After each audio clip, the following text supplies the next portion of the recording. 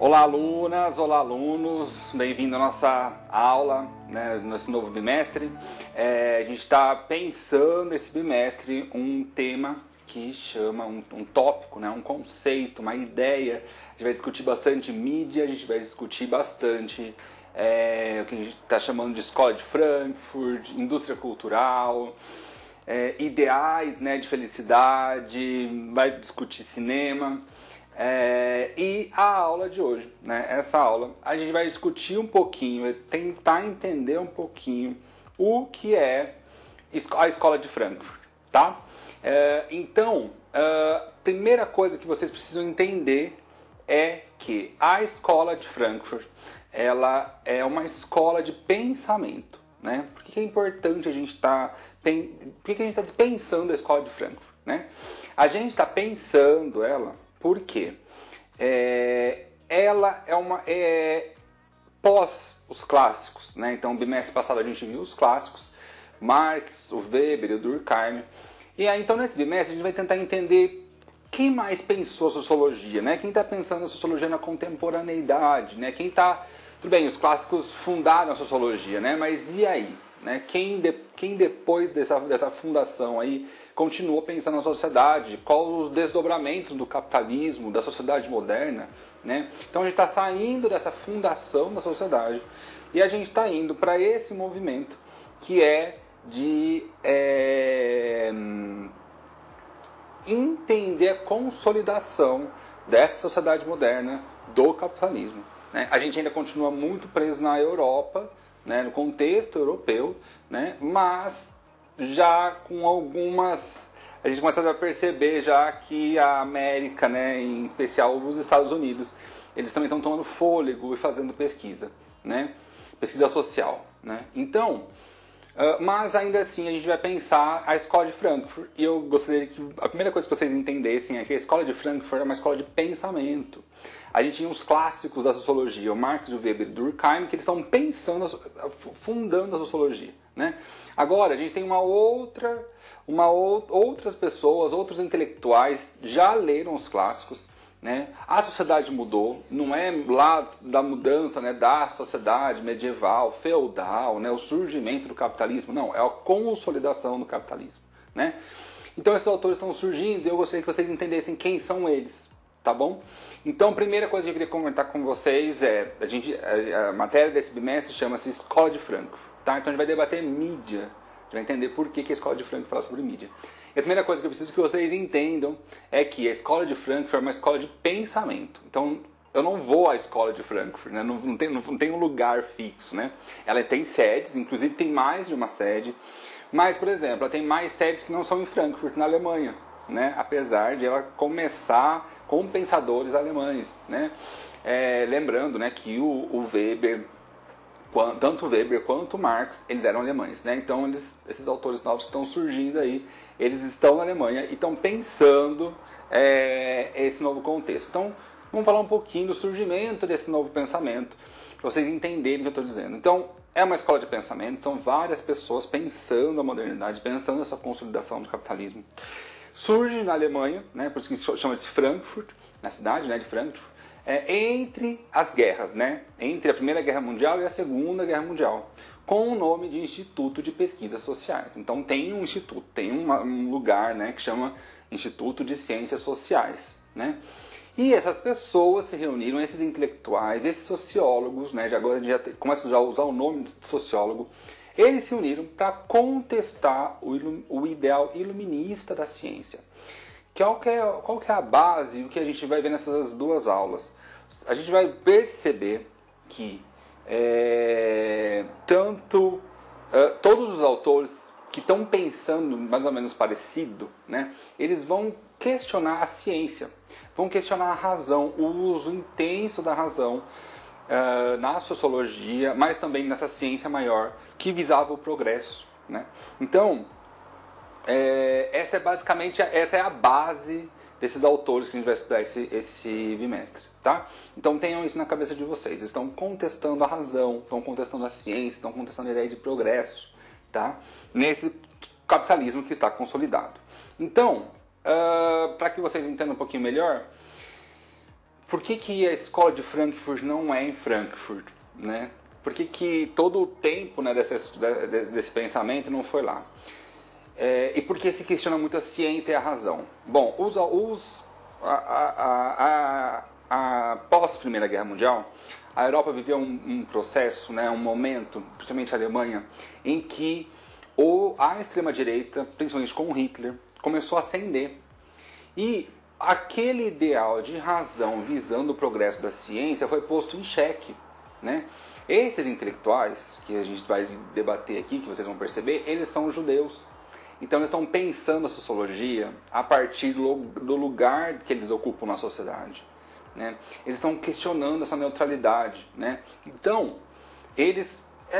essa forma de pensar a escola de Frankfurt, né, que tinha o nome de pesquisa social, Instituto de Pesquisa Social, surgiu próximo de 20, né?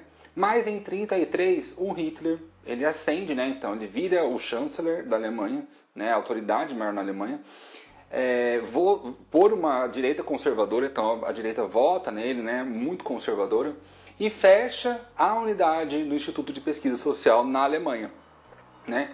A maioria dos intelectuais eram judeus. Eles começaram, então, em 33, né? Segunda Guerra tem alguns anos ainda para acontecer. Mas esses intelectuais começaram a ser perseguidos pelas ideias deles, né?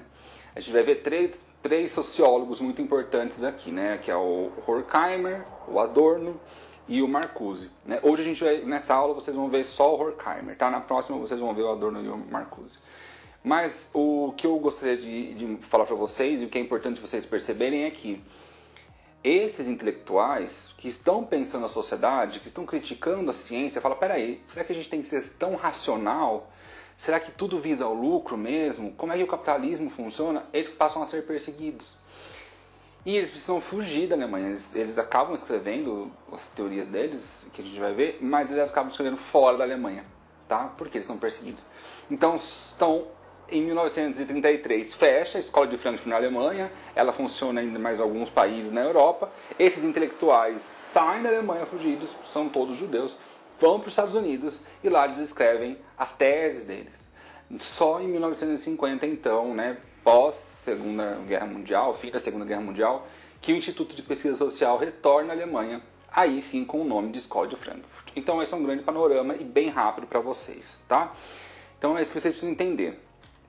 A escola de Frankfurt não é uma escola de pensamento unificado, mas de vários pensamentos, várias pessoas. Então não tem uma única pessoa ou tem um grupo de pessoas que pensam todos iguais, mas eles têm uma linha de pensamento.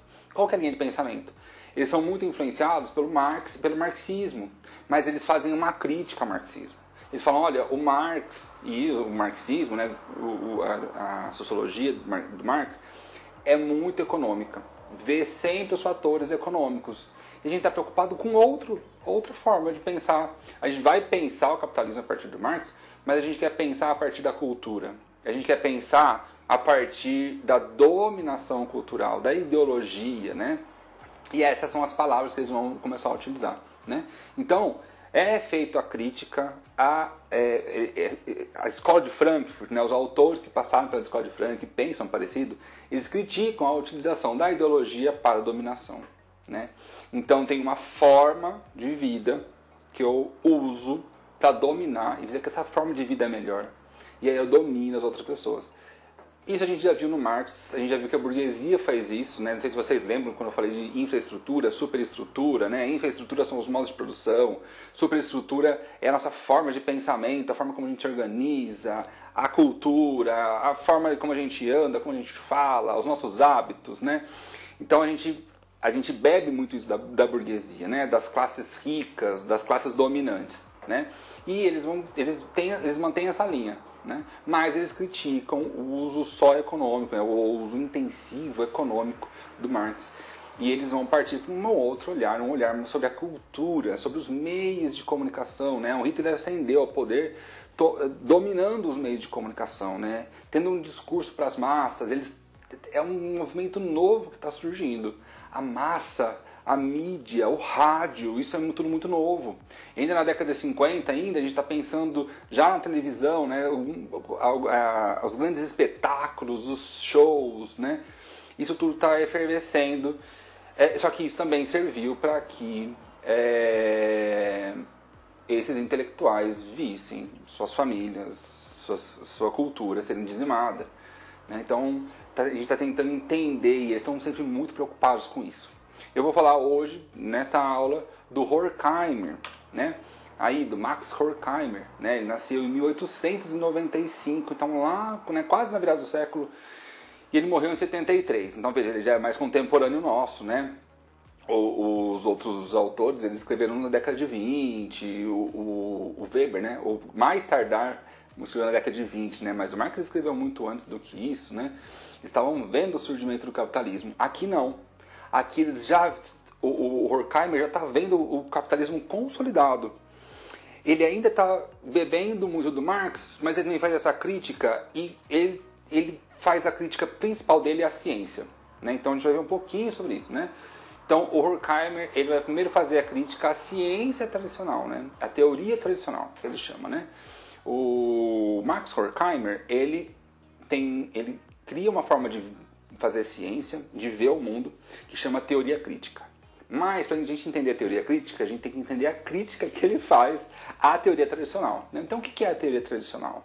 Veja, a ciência já está consolidada, né? Antes, a gente viu lá no começo, né, das nossas atividades, a mudança de uma forma feudal de pensamento, uma forma religiosa de pensamento, para uma forma científica de pensamento. Agora, a gente vai ver a crítica a essa forma científica de pensamento. Por quê, né? O Horkheimer, ele vai dizer que a teoria tradicional, né, a teoria científica tradicional, ela é fruto do iluminismo, do método cartesiano e do individualismo, né? Ela coloca o cientista como observador do mundo, né? Ela é baseada nas ciências naturais, né? Ela é baseada no cartesiano, que analisa o mundo de forma totalmente racional, lógica, né? A partir de números e de fórmulas, né? De estatística, né? O iluminismo, que traz a razão no centro da vida, né? E se no primeiro momento era bom fazer essa relação entre a vida religiosa para a vida moderna, né? Para a vida mercantil e para a vida da razão, alguma coisa aconteceu que a razão foi levada ao extremo, né? Se a ciência usava a razão visando o progresso, então essa foi a justificativa. A gente vai deixar de usar o discurso religioso, vai usar o discurso científico e racional, porque a gente vai ter um progresso humano da humanidade. O Horkheimer viu todos os judeus serem mortos nos campos de concentração. E ele fala, peraí, essa é a ciência que a gente quer? Essa é a ciência que vai trazer progresso? Que traz vida, que traz humanidade pra gente? Então ele vai fazer a crítica. Acho que a ciência acho que passou um pouco do ponto, né? A razão, o uso intenso da razão passou um pouco do ponto. Ele usa as palavras do Marx, né, que é essa reificação, né, essa ciência reificada, né, coisificada, que ela se mostra de forma natural, mas não é. Ele critica muito o Weber, ele critica muito o Durkheim, porque o Weber fala que a gente tem que ser imparcial, o Durkheim fala que a gente tem que ser neutro, né, e o Horkheimer está falando, tem como a gente fazer ciência sendo neutro? Sendo imparcial? Tem como eu fazer química de forma imparcial e de repente usar isso nos campos de concentração para matar a própria humanidade, pessoas que estão ali? Essa é a crítica que ele faz, né? Então ele surge com a teoria crítica. Ele fala, olha, essa ciência talvez não está dando mais certo. A gente passou um pouco do ponto, a gente tem que voltar. Não, talvez não voltar, né, para pensar na religiosidade, mas pensando ou fazendo a crítica a essa razão. Então ele critica a ciência enquanto um sistema dedutivo e matematicamente perfeito, altamente formal e instrumental. Ele diz que essa matemática não está trazendo o progresso para a humanidade. Ele diz que esse método dedutivo, do mais simples para o mais complexo, não está analisando algo aí no meio, que talvez seja a emancipação humana, sejam as vidas humanas. A gente está vendo os humanos como objetos, a gente está vendo os humanos como os números, né? A gente está instrumentalizando a vida humana, transformando a vida humana como técnica. Então ele vai criticar a perspectiva utilitária, que levou a perspectivas totalitárias. Quer dizer, ele vai criticar a utilidade. Mas se a ciência está a ciência ela é extremamente racional, mas ela ainda está na mão da classe dominante. Ela ainda é muito utilitária. Se eu tiver que dar uma injeção, eu dou. Se eu tiver que colocar um comprimido, eu dou. Se eu tiver que demolir uma casa, eu vou demolir. Se eu tiver... Isso para quê? Né? E aí ele viu que toda a ciência foi usada na Segunda Guerra Mundial por regimes totalitários. A ciência esteve ao lado de regimes totalitários. A ciência esteve ao lado de todos os regimes totalitários do século XX. Né? Então essa é a crítica que o Horkheimer faz, e vocês precisam entender que ele está fazendo. Veja, ele não está jogando a ciência e a razão fora. Ele não está fazendo isso. Mas ele está criticando o utilitarismo como a ciência, né? Como a ciência usada na modernidade. Né? Então, tanto a racionalidade como a ciência se transformaram em instrumento de dominação política, social e econômica. É isso que ele percebeu. E é isso que a gente está percebendo. A ciência precisa fazer autocrítica, vamos colocar assim, né? O projeto emancipador não se concretizou. A ciência não trouxe o progresso da humanidade. E aí, ao desespero do Horkheimer de perceber isso, né? Ao desespero de perceber isso, tendo toda a sua família sendo dizimada, sendo que a Europa inteira apostou na ciência, numa outra forma, uma outra mentalidade mercantil, uma mentalidade da razão, né, científica, e que culminou na Segunda Guerra Mundial, né? Que culminou para fazer com que o projeto emancipador humano não fosse concluído. Então ele busca acabar com a relação entre teoria e prática, entre o sujeito a ser conhecido e o pesquisador. Ele fala, não tem como fazer ciência e ser neutro. Ah, mas a pessoa faz física, Rodrigo. Ah, mas ela tem um laboratório de química. Ela só faz um medicamento. O composto para fazer o medicamento, o material para fazer o medicamento, o aparelho que eu vou comprar, as relações estabelecidas ali, tudo isso influencia no medicamento. Eu vou fazer uma rodovia. Por onde eu vou passar essa rodovia também é importante. É isso que o Horkheimer vem dizer pra gente. Né? Ele vem então criticar essa racionalização intensa da vida. E mais, essa racionalização usada pelas classes dominantes para continuar no poder. Então a ciência virou um instrumento de dominação, não de emancipação, não de progresso. A ciência virou um instrumento para a química, né? Os campos de concentração, as câmaras de gás, eles são todos pensados quimicamente, todos pensados por cientistas, racionalmente, para matar outros seres humanos. Né? Então, a ciência não atingiu esse ideal de emancipação humana. E é isso que deixa o Horkheimer mais assustado. E a saída que ele dá para isso é que a gente não pode mais fazer teoria como fizeram os clássicos. A gente tem que entender que para fazer teoria tem que ter levado em consideração um contexto. Né? O que você faz, o resultado final é importante.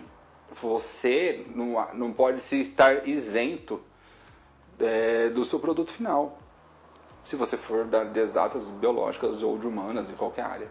Tá? Então, teoria crítica é isso, vem fazer essa crítica à ciência, à racionalização do mundo. Tá? A gente está só começando, a gente tem vários autores que a gente vai ver ainda, mas eu preciso que vocês entendam isso. Né? O Horkheimer estava muito preocupado com esse projeto emancipador que não se concretizou, com a ciência não trazendo o progresso. A ciência não traz o progresso, gente. Essa é a ideia. Ela pode trazer, mas até então ela não estava trazendo. Né? Ela está trazendo um outro olhar, ela está trazendo produtos.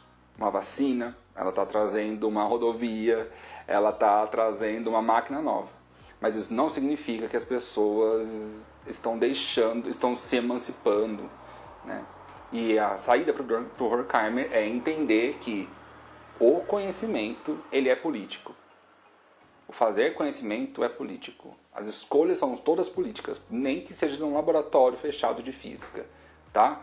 Essa é a ideia do Horkheimer.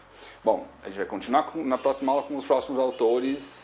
Obrigado e até a próxima.